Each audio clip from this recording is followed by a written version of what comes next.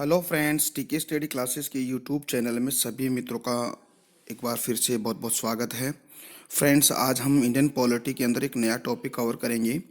और दोस्तों, आज का हमारा जो टॉपिक है वो है नियंत्रक एवं महालेखा परीक्षक, comptroller and auditor general of India, यानी कि इसको शॉर्ट हम कैग बोलेंगे दोस्तों। देखिए दोस्तों, ये जो कंप्ट्रोलर है दोस्तों, कंट्रोलर नहीं है दोस्तों। दोस्तों, इसकी जो मीनिंग है COMPTROLLEAR सर, है ना। तो ये कंप्ट्रोलर है दोस्तों, ये कंट्रोलर नहीं है दोस्तों। तो आज का जो हमारा टॉपिक है comptroller and auditor general of India, इसको हम शॉर्ट में क्या कहते हैं दोस्तों। इससे पहले दोस्तों हमने बात की थी जो हमारा भारत का जो महान्यायवादी है दोस्तों, यानी कि अटॉर्नी जनरल ऑफ इंडिया के बारे में डिटेल से हमने पढ़ा है दोस्तों। और इससे रिलेटेड जितने भी दोस्तों जो आर्टिकल है उसके बारे में हमने बहुत ही डिटेल से हमने पढ़ लिया है। आज हम बात करेंगे दोस्तों नियंत्रक एवं महालेखा परीक्षक है दोस्तों। इस महालेखा परीक्षक के बारे में दोस्तों उसका जो आर्टिकल है उसके बारे में बात करेंगे। और दोस्तों इसकी नियुक्ति किसके द्वारा की जाती है, और दोस्तों इसका कार्यकाल, ड्यूरेशन, उसका रिजाइन लेटर है, और उसको जो पद से हटाने की बात है, और दोस्तों इसकी जो वर्क है दोस्तों, इस सभी के बारे में डिटेल से हमने पढ़ने वाले हैं दोस्तों। तो फ्रेंड्स, आप जुड़े रहिएगा और टीके स्टडी क्लासेस चैनल है उसको आप लगातार शेयर सब्सक्राइब भी करते रहिएगा दोस्तों। तो दोस्तों स्टार्ट करते हैं आज का हमारा टॉपिक दोस्तों। दोस्तों, आज का हमारा जो टॉपिक है कंप्ट्रोलर और and auditor general of India, यानी कि नियंत्रक महालेखा परीक्षक के बारे में अपन पढ़ेंगे दोस्तों। तो फ्रेंड्स, आज का हमारा जो टॉपिक है, सबसे पहले हम बात करेंगे दोस्तों जो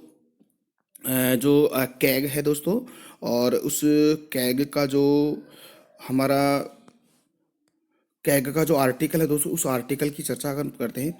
देखिए दोस्तों, कैग के अंदर जो आर्टिकल है वो 148 यानी कि 148 है दोस्तों। दोस्तों, इस 148 आर्टिकल में किस बात का उल्लेख किया गया है उसको हम देख लेते हैं। देखिए दोस्तों, यानी कि भारतीय नियंत्रक एवं महालेखा परीक्षक का जो उल्लेख है दोस्तों, वो आर्टिकल 148 में किया गया है। तो सबसे पहले बात यही करनी है दोस्तों कि जो controller and auditor general of India की जो का उल्लेख है उसका हमें किस आर्टिकल में उसका उल्लेख मिलता है।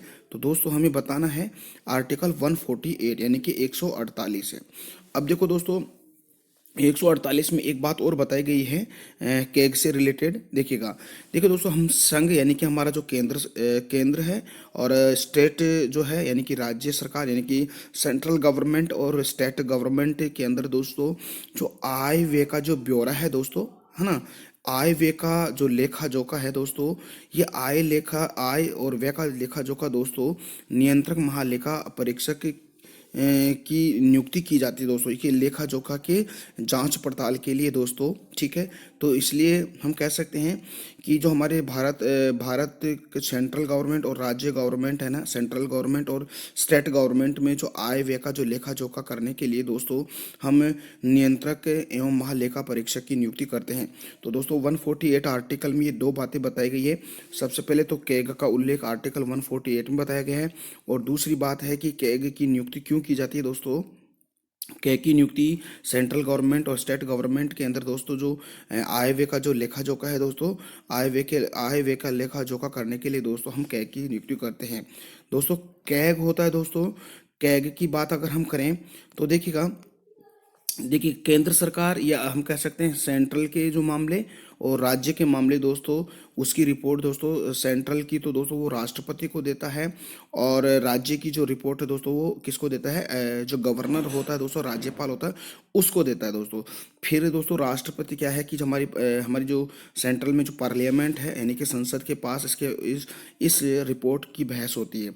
और दोस्तों फिर राज्य सरकार की जो रिपोर्ट है दोस्तों, जब राज्यपाल विधानमंडल में प्रस्तुत करता है तो इसके बारे में बहस होती है दोस्तों। तो हम यूँ कह सकते हैं कि सेंट्रल गवर्नमेंट और स्टेट गवर्नमेंट की जो आय व्यय का जो लेखा जोखा है दोस्तों, वो हमारा जो कैग करता है, और कैग फिर सेंट्रल की जो रिपोर्ट होती है वो राष्ट्रपति को देता है, और राज्य की जो रिपोर्ट होती है वो राज्यपाल को देता है। तो राज्यपाल फिर विधानमंडल के अंदर प्रस्तुत करता है, और राष्ट्रपति दोस्तों संसद में इस रिपोर्ट को प्रस्तुत करता है। फिर इसके बारे में बहस होती है दोस्तों, ठीक है।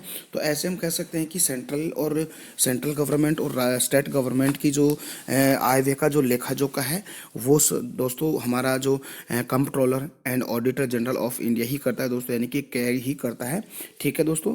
तो ये तो हमने बात कर ली दोस्तों, तो यहाँ तक तो आपको ये चीज़ें समझ में आ गई है दोस्तों।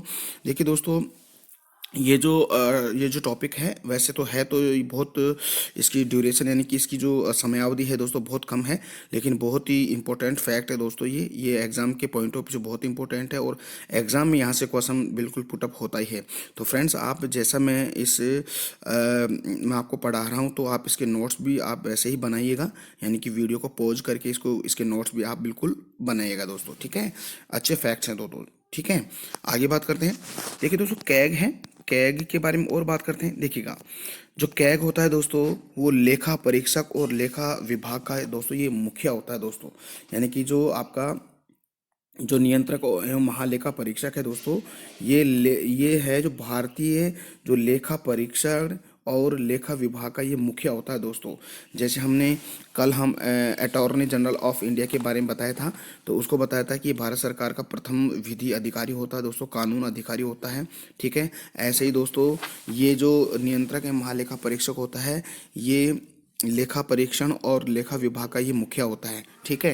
देखिए दोस्तों, यह है लोक वित्त यानी कि पब्लिक फाइनेंस, यानी कि पब्लिक जो फाइनेंस होता है, यानी कि लोक विद्या का जो संरक्षण होने के साथ साथ लोक वित्त का संरक्षण होने के साथ साथ देश की संपूर्ण वित्तीय व्यवस्था का नियंत्रक भी होता है दोस्तों।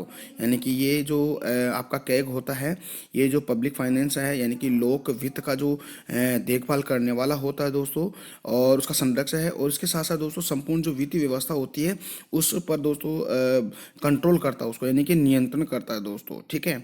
अब दोस्तों इसकी नियुक्ति के बारे में बात कर लेते हैं कि दोस्तों मैंने आपको कल बताया था कि जो महान्यायवादी होता है दोस्तों, महान्यायवादी की नियुक्ति भी दोस्तों राष्ट्रपति करता है।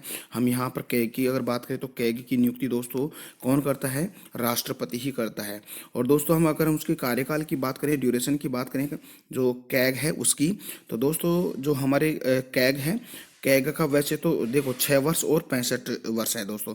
अगर दोनों में सबसे पहले हो वो ही उसी के अनुसार उसका कार्यकाल पूरा हो जाता है। यानी कि वैसे तो इसका कार्यकाल 6 वर्ष का था, और जो सेवानिवृत्ति है दोस्तों 65 वर्ष होती है। इन दोनों में जो पहले हो वही पहले होता है दोस्तों।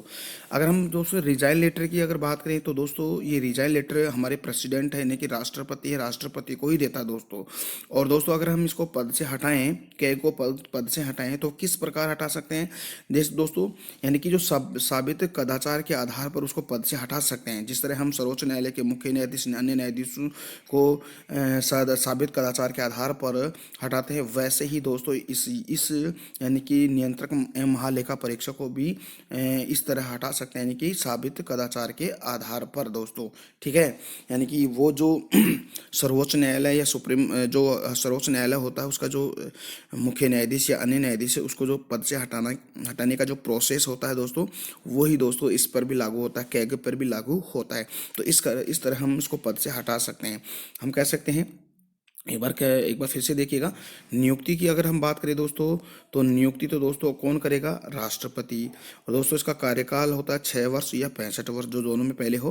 त्यागपत्र किसको देखा, राष्ट्रपति को देखा। और पद से हम कैसे हटा सकते हैं कि साबित कदाचार के आधार पर उसको पद से हटा सकते हैं दोस्तों। तो आई होप डियर फ्रेंड्स ये बातें आपको समझ में आ रही है, ठीक है। आगे बात करते हैं एक नोट देख लेते हैं दोस्तों, विशेष बात देख लेते हैं दोस्तों। जो सेवानिवृत्ति के उपरांत सॉरी, मैंने आपको बताया था कि सेवानिवृत्ति की जो वर्ष है दोस्तों वो 65 वर्ष है। अगर हम कैग का सेवानिवृत्त हो जाता है दोस्तों 65 वर्ष के बाद में, तो दोस्तों वह कैग है वो राष्ट्र और राज्य के किसी भी पद पर वो धारण नहीं कर सकता है दोस्तों। यानी कि फिर वो क्या है, किसी भी पद पर कहने का मतलब है कि अन्य वो नौकरी नहीं कर सकता, कहने का मतलब है। तो दोस्तों ये याद रखना है कि अगर कैग सेवानिवृत्त हो जाता है तो वो किसी भी स्टेट गवर्नमेंट या सेंट्रल गवर्नमेंट में किसी भी पद पर दोस्तों वो काम नहीं कर सकता, क्योंकि आपको पता है कि फिर उसको इंडिया की सभी जो फाइनेंस से रिलेटेड जो भी पॉलिसी होती है दोस्तों उसको पता होती है, ठीक है। तो इसलिए उसको वह कोई सा भी काम नहीं कर सकता, किसी भी पद पर काम नहीं कर सकता दोस्तों, ठीक है। तो ये तो हमने बात कर लिया कैग के बारे में। इसके बाद में दोस्तों और बात करते हैं, यानी कि जो कैग होता है दोस्तों उसका जो वेतन होता है ना, जैसे वेतन भत्ते वगैरह होते हैं, तो दोस्तों इसके वेतन भत्तों का जो निर्धारण होता है वो हमारी जो पार्लियामेंट है दोस्तों वो पार्लियामेंट ही करती है। अब हम यूँ कह सकते हैं कि हमारे जो सर्वोच्च न्यायालय होता है ना, कि सुप्रीम कोर्ट होता है, उसका जो न्यायाधीश होते हैं दोस्तों उनको जो वेतन दिया जाता है उतना ही वेतन दोस्तों इस कैग का होता है। हम यूँ कह सकते हैं सर्वोच्च न्यायालय के न्यायाधीशों के वेतन के बराबर दोस्तों इसका वेतन होता है दोस्तों। तो ये याद रखिएगा दोस्तों। तो दोस्तों एक बार फिर से देखते हैं। तो दोस्तों कैग होता है, कैग के वेतन की हम बात करें, सैलरी की हम बात करें, तो दोस्तों पार्लियामेंट के द्वारा दोस्तों जो कैग होता है दोस्तों, यानी कि controller and auditor general of India है, उसकी जो वेतन भत्ते हैं दोस्तों वो संसद निर्धारित करती है। और जैसे सर्वोच्च न्यायालय के न्यायाधीशों को जो वेतन भत्ते दिए जाते हैं उनके बराबर होता है। जिस तरह हम कल भी हमने बात की थी, जो महान्यायवादी होता है दोस्तों भारत का, उसके वेतन भत्तों का निर्धारण भी दोस्तों हमारी पार्लियामेंट ही करती है दोस्तों। तो इसके यानी कि कैग का भी वेतन भत्ते होते हैं वो पार्लियामेंट ही निर्धारित करती है, कितना वेतन देना है कितना। इसके अलावा कुछ सुख सुविधाएं यानी कि जो वेतन भत्ते होते हैं वो दिए जाते हैं, वो हमारी पार्लियामेंट ही करेगी दोस्तों, देखिए। ओके दोस्तों, तो बात करते हैं आगे। देखिए दोस्तों आगे बात अगर हम करें तो केग की जो भूमिका होती है, उस केग की भूमिका की हम चर्चा कर लेते हैं। देखिएगा, केग की भूमिका की बात करें तो देखिएगा, कुछ नियमों की लेखा परीक्षण पूरी तरह एवं प्रत्यक्ष रूप से करता है। यानी कि जो केगी दोस्तों ये क्या करता है कि कुछ नियम होते हैं, कोई कुछ जैसे नियमों की लेखा परीक्षण होते हैं, उनका पूरी तरह से प्रत्यक्ष रूप से परीक्षण दोस्तों ये केगी करता है। जैसे हम कह सकते हैं कि भारत के अंदर जो दामोदर घाटी निगम योजना है इसके बारे में जांच पड़ताल की दोस्तों, तेल एवं प्राकृतिक गैस आयोग है, एयर इंडिया है, इंडियन एयरलाइंस है, इसके अलावा और भी जो मामले होते हैं उनकी जो जांच पड़ताल है दोस्तों वो केग के द्वारा ही की गई थी। इसके अलावा दोस्तों जो केग के अलावा दोस्तों निजी पेशेवर अंकेक्षकों को भी ये काम दिया जाता है ना। तो जैसे ये जो होते हैं जो निजी पेशेवर होते हैं अंकेक्षकों, जिसमें हम कैग की सलाह पर उन्हें केंद्र सरकार क्या करती है, नियुक्ति करती है, उसके यानी कि उनको नियुक्त करती है और वो काम करते हैं। जैसे केंद्रीय भंडारण निगम होता है, औद्योगिक वित्त निगम होता है, इसके अलावा और भी काम होते हैं जो ये जो निजी पेशेवर जो अंकेक्षकों होते हैं जिसकी नियुक्ति हमारी सेंट्रल गवर्नमेंट करती है की सलाह के ऊपर, है ना। तो ये काम करती है। इसके अलावा दोस्तों और भी होते हैं, जैसे हम कह सकते हैं पूरी तरह जो निजी अंकेक्षक होते हैं जैसे वो काम करते हैं, जैसे LIC होते हैं, RBI है, SBI है, IFC, इससे रिलेटेड वो वर्क करते हैं दोस्तों। तो ये तो दोस्तों कैग की भूमिका हो गई दोस्तों। इसके अलावा थोड़ी सी और बात कर लेते हैं। देखिए दोस्तों वेरी वेरी इंपॉर्टेंट फैक्ट है दोस्तों कि जो भारत के प्रथम नियंत्रक एवं महालेखा परीक्षक यानी कि the first controller and auditor general of India, then इसका जो नाम है वी नर हरिराव, याद रखिएगा। यानी कि भारत का प्रथम नियंत्रक महालेखा परीक्षक यानी कि भारत का प्रथम कैग कौन था दोस्तों, वी नरहरि राव, याद रखिएगा, बहुत इंपॉर्टेंट है। अगर हम बात करें दोस्तों आज वर्तमान यानी कि जो प्रेजेंट में हमारे भारत का नियंत्रक एवं महालेखा परीक्षक कौन है, तो दोस्तों याद रखना है गिरीश चंद्र मुर्मू, बहुत इंपॉर्टेंट है दोस्तों, याद रखिएगा गिरीश चंद्र मुर्मू है। और दोस्तों ये 14वें नंबर के हैं दोस्तों, है ना। तो याद रखिएगा दोस्तों। तो आज हमने बात कर ली है दोस्तों controller and auditor general of India CAG के बारे में डिटेल से पढ़ा दोस्तों, और इससे रिलेटेड जो आर्टिकल 148 के बारे में चर्चा की है। इसके साथ साथ दोस्तों इसकी नियुक्ति, कार्यकाल, त्यागपत्र, पद से हटाने का कार्य है और इसकी जो भूमिका होती है दोस्तों, इन सभी के बारे में हमने बात की है। और तो फर्स्ट जो कैग है यानी कि वीर नरहरि राव, और दोस्तों वर्तमान में है जो गिरीश चंद्र मुर्मू है जो 14वें नंबर के, इन सभी तमाम बातों के बारे में हमने चर्चा की है दोस्तों। तो दोस्तों उम्मीद करता हूँ कि आज का वीडियो आपको बहुत बढ़िया लगा, अच्छा लगा है। अगर दोस्तों आपको अच्छा लगा तो अपना जो TK स्टडी क्लासेस चैनल है उसको आप लगातार शेयर सब्सक्राइब भी करते रहिएगा दोस्तों। तो दोस्तों हम कल मिलते हैं एक नए टॉपिक के साथ। तब तक के लिए मेरे को इजाज़त दीजिएगा दोस्तों। धन्यवाद। जय हिंद, जय भारत, वंदे मातरम।